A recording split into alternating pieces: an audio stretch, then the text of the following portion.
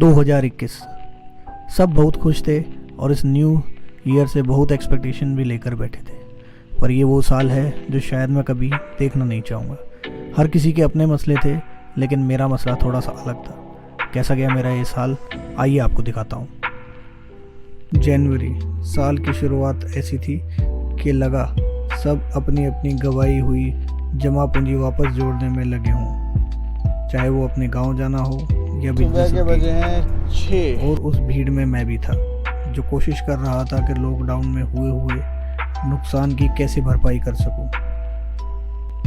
फरवरी, महीना स्टार्ट होते ही हमने डिसाइड कर लिया था कि हम अपना पालम वाला आउटलेट को क्लोज़ करेंगे, क्योंकि वो काफ़ी टाइम से लॉस में चल रहा था। सो फाइनली 28 फरवरी को हमने उसको क्लोज़ कर दिया।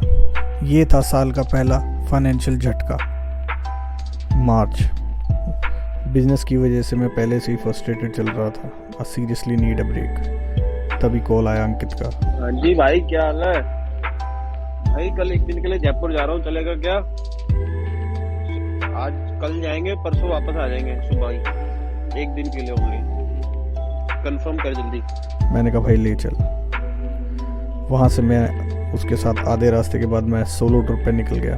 वहाँ से मैंने शूट किया और ऑलमोस्ट 3 से 4 महीने बाद मैंने यूट्यूब पे दोबारा कोई वीडियो पोस्ट करी। अप्रैल, आते आते कोरोना की दस्तक हो चुकी थी। दिल्ली में नाइट कर्फ्यू लग गया था और मेरा बहुत क्लोज फ्रेंड अतुल उसकी चपेट में आ चुका था। यार पूरा शरीर तोड़ दिया भाई इसने, कोरोना ने। तो पता नहीं चाइना से आया कि कहाँ से आया। ये इंडिया म्यूटेंट भी हो गया है ना, और ये वाला यूके स्ट्रेन भी आ गया। बहुत ज़्यादा हालत ख़राब है। हरिनगर में तो हर 5 मिनट में एम्बुलेंस की आवाज़ आ रही है। क्षितिज, बहुत लोगों की डेथ हो गई है। इधर हमारी गली में भी 4-5 बिल्डिंगें सील हो रखी है। काफ़ी हालत ख़राब है भाई। जब इतनी बड़ी लहर दिल्ली में थी तो मैं कैसे बच सकता था। I was also corona positive और मैंने अपने आप को 14 दिन के लिए आइसोलेशन में कर लिया था। लेकिन ये बात बच्चे नहीं समझते। भाभी, आप रात को आओगी कि सुबह आओगे, ये बता दो। मई, आधा महीना निकल गया था। मैं बिल्कुल ठीक था, लेकिन महीना ख़त्म होने से पहले ही हमारे पास कॉल आया कि मेरी सासू माँ की तबीयत ठीक नहीं है। हम उनको लेके हॉस्पिटल ले गए। ब्लड चढ़ा तो थोड़ी तबीयत ठीक हुई, लेकिन 27 मई आफ्टरनून में हमने उनको खो दिया। ये टाइम हमारा अब तक का सबसे बड़ा पेनफुल और इमोशनल मोमेंट था।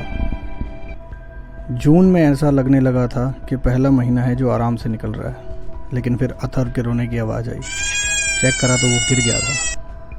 इंजरी थी और काफ़ी गहरी इंजरी थी। दिखाया तो डॉक्टर ने ऑपरेशन के लिए बोला। उसको एडमिट करवाया BLK में।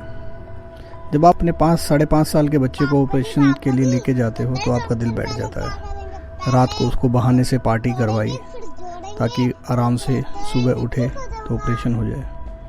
मॉर्निंग में उसको OT में ले गए और ऑपरेशन हुआ। ऑपरेशन सक्सेसफुल रहा। डॉक्टर ने बोला आप चेकअप कराइए और उसके बाद आप इसको ले जा सकते हैं। 30 जून को ये हादसा हुआ। 2 जुलाई जब हम इसको ले जाने के पेपर बनवा रहे थे, उसी टाइम मैं आपको ये बताना तो भूल गया कि इसके इंश्योरेंस का ऑपरेशन का सारा खर्चा हमने इंश्योरेंस कंपनी के थ्रू करवाया था। हमने सारे पेपर्स वहाँ जमा करे और वहाँ से हमें पूरे क्लेम के पैसे अप्रूव होके एक ऑथराइजेशन लेटर मिल गया। अब इसके पेपर रेडी हो रहे थे और वो पेन में था, घर जाने की जिद कर रहा था। तभी BLK हॉस्पिटल के TPA से कॉल आता है कि आपकी इंश्योरेंस कंपनी ने आपका क्लेम कैंसिल कर दिया है और आपको रिकन्सिलेशन के लिए भेजना पड़ेगा। तो शाम 4 बजे से रात के 11:30 बजे तक हमारी यही बहस होती रही हॉस्पिटल और इंश्योरेंस कंपनी के बीच में। हम हॉस्पिटल इंश्योरेंस कंपनी के बीच में फंसे रहे। फाइनली हम वहाँ से निकल गए। पैसे दे के बच्चे को लेके हमने वहाँ से उसको छुड़वा के अपने घर वापस आए। 12 जुलाई को दिल्ली में पहली बारिश हुई।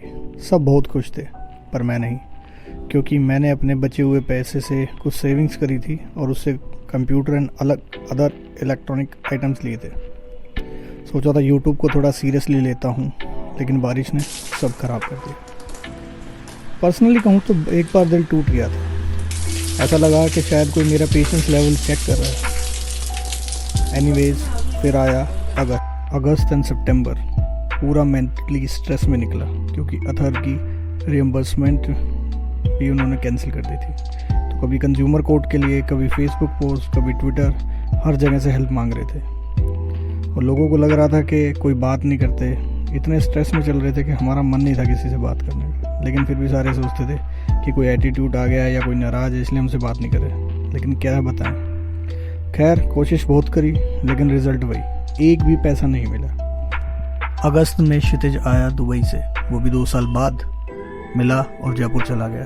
खैर अक्टूबर में क्षितिज का कॉल आया और बोला हरिद्वार में भागवत करा रहे हैं तो तुझे फैमिली के साथ आना होगा।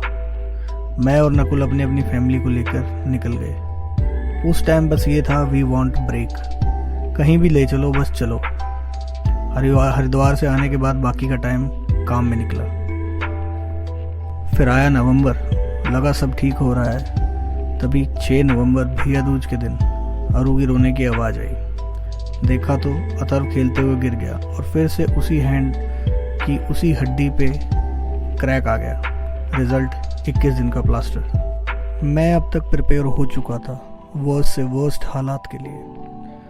दिसंबर शुरू हुआ और स्टार्टिंग में फिर एक बैड न्यूज़ आई कि मेरे सबसे बड़े वाले मामा जी इज नो मोर। ऐसा तो नहीं हुआ कि इस साल सब कुछ बुरा ही बुरा हुआ, बहुत कुछ अच्छा भी हुआ। जैसे 2021 जनवरी मैंने 5 साल बाद फिर से पेरेंटहुड एंजॉय किया। फरवरी में मेरी साली की शादी में सब ने खूब एंजॉय किया। मार्च में लॉकडाउन में फैमिली के साथ स्पेंड टाइम अच्छा रहा। अप्रैल में पता लगा हस्बैंड और वाइफ का रिश्ता कैसे होता है। जुलाई में मैंने नए बिजनेस को दोबारा से स्टार्ट। अगस्त में मेरा पहला ड्रोन आया।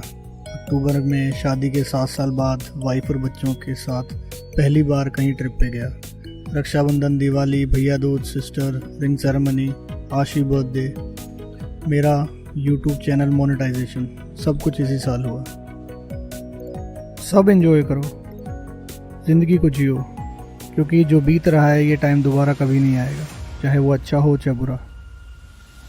जैसे जब आप क्रिकेट खेलते हैं और रन नहीं बनते तो आपके कोच हमेशा एक बात कहते हैं कि पिच पर खड़े रहो, टाइम स्पेंड करो, रन अपने आप बन जाएंगे। और होता भी ऐसा ही है। तो ज़िंदगी की पिच पे बस खड़े रहो, अपने आप टाइम बीतेगा, बुरा टाइम जाएगा, अच्छा टाइम आएगा। एक इम्पॉर्टेंट बात बताऊं, दोस्त क्या होते हैं ये आपको तब पता चलेगा जब आप लाइफ से कुछ एक्सपेक्ट नहीं करोगे और फिर एक दिन आपको कुछ ऐसा होगा कि आप अपने आप ज़िंदगी को जीने लगोगे। अब कोई आउट ऑफ स्टेशन है तो कोई आउट ऑफ कंट्री है, लेकिन आज भी अगर एक कॉल कर दो तो सारे अपने काम छोड़ के वापस आ जाते हैं। 2021 में मैं किसी से 22 साल बाद मिला तो किसी की नाराज़गी दूर हुई। कोई ट्रिप पे ले गया तो कोई गिफ्ट में ड्रोन ले आया, तो किसी ने अपने क्रेडिट कार्ड से कैमरा दिलवा दिया। दोस्त अलग ही होते हैं, जहाँ घर वाले एक बार आपके टैलेंट को नहीं समझते और दोस्त हमेशा वहाँ खड़े होते हैं। Thank you guys for everything and thank you very much 2021 and I'm ready for 2022.